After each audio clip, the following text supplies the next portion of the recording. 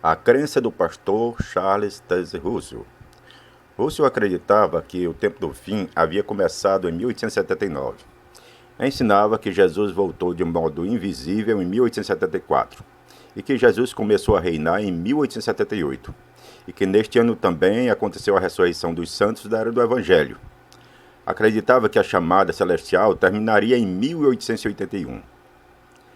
A mensagem principal de Russell era relacionada à vinda invisível de Jesus em 1874 e o fim do mundo na Guerra do Armagedon em 1914. Russell morreu em 1916 e com ele suas previsões que não se concretizaram. Em 1917, o juiz Rutherford assumiu o lugar de Russell na presidência da Torre de Vigia. Passou a ensinar que as igrejas da cristandade seriam destruídas em 1918 e que os santos vivos seriam levados para o céu neste mesmo ano. E foi predito a destruição das repúblicas mundiais para o ano de 1920. Estas previsões de Rutherford falharam também. A partir de 1920, Rutherford passou a ensinar que milhões que viviam em seu tempo jamais morreriam. Ensinava que o reino de Deus seria estabelecido na terra em 1925 e predisse a ressurreição de todos os fiéis do passado para 1925. Esta previsão de Rutherford também falhou. A partir de 1968, a Torre de Vigia passou a ensinar que em 1975 se completaria 6.000 anos desde que Adão foi criado. E passaram a ensinar que em 1975 começaria o reino milenar de Cristo. Mais uma vez, a previsão da Torre de Vigia falhou. Então, passaram a ensinar que a geração de 1914 não passaria sem ver o fim do mundo iníquo de coisas. E afirmaram que o fim aconteceria antes de terminar o século XX. Outra vez, a previsão da Torre de Vigia falhou. E agora, qual é a nova predição para o fim do mundo? Qual é a data que a Torre de Vigia está anunciando? Será que é 2034? Não sabemos. Eles não estão dispostos a se aventurarem a marcarem novas datas. Essa que é a realidade.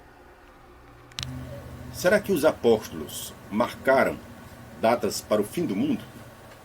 Será que na Bíblia Sagrada existe algum relato mostrando que os apóstolos marcaram datas para o fim do mundo? Não, não existe. Eles nunca fizeram isso. Simplesmente, eles tiveram expectativas de que o reino de Deus fosse estabelecido em Israel no primeiro século. Então, eles esperavam que o reino fosse estabelecido naquela época. Porque, na realidade, essa era a expectativa do povo de Israel. E está escrito em Lucas 19, 10 e 11 o seguinte: porque o Filho do Homem veio buscar e salvar o que se havia perdido.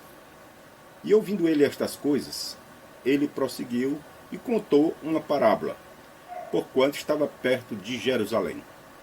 E cuidavam que logo se havia de manifestar o reino de Deus. Então eles esperavam que o reino de Deus se manifestasse logo ali quando Jesus entrasse em Jerusalém. Por quê? Porque eles, nas profecias do Velho Testamento, falava do estabelecimento do reino em Israel, e então eles esperavam que já fosse naquela época que realmente fosse se estabelecer o reino. Inclusive, antes de Jesus subir para o céu, aqueles discípulos que estavam ali reunidos com Jesus, eles perguntaram o seguinte: Senhor, restaurarás tu neste tempo o reino a Israel? E disse-lhes: não vos pertence saber os tempos ou as estações que o Pai estabeleceu pelo seu próprio poder. Atos 1, 6 e 7. Então aqui Jesus ele mostra que não competia a ele saber os tempos e as épocas que o Pai tinha estabelecido pelo seu próprio poder. Então eles não estavam marcando nenhuma data, eles simplesmente estavam perguntando a Jesus se era naquela época que o reino seria estabelecido. Eles não estavam afirmando nada, eles estavam perguntando. E ele tinha uma expectativa, mas eles não estavam profetizando. Jesus ele ensinou que nós devemos ser vigilantes, porque ninguém sabe quando será o fim. Ninguém pode marcar uma data para o fim, porque ninguém sabe. O próprio Jesus ele mostrou isso. Então, quando é que vai acontecer o Armagedon? Então, o Filho de Deus foi claro em dizer o seguinte: acerca daquele dia e hora, ninguém sabe. Nem os anjos dos céus, nem o Filho, mas unicamente o Pai. Mateus 24:36. Então, ninguém sabe o dia e a hora do fim deste mundo. Somente o Pai sabe. Ainda assim, falando sobre o Armagedon, Jesus ele alertou. Ele disse o seguinte em Apocalipse 16:15: eis que venho como ladrão, feliz aquele que ficar desperto. Então Jesus diz: eis que venho como ladrão, feliz aquele que ficar desperto. Então um ladrão, quando ele vem, ele não avisa. Então a pessoa tem que ser vigilante para não ser pego desprevenido. Você, que é uma testemunha de Jeová, não sente vergonha de fazer parte de uma organização de falsos profetas?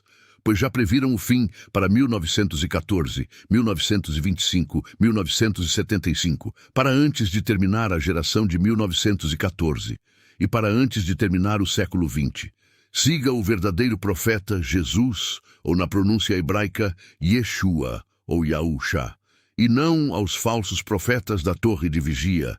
Se você gostou deste vídeo do Luiz Alberto, deixe seu like e compartilhe o vídeo.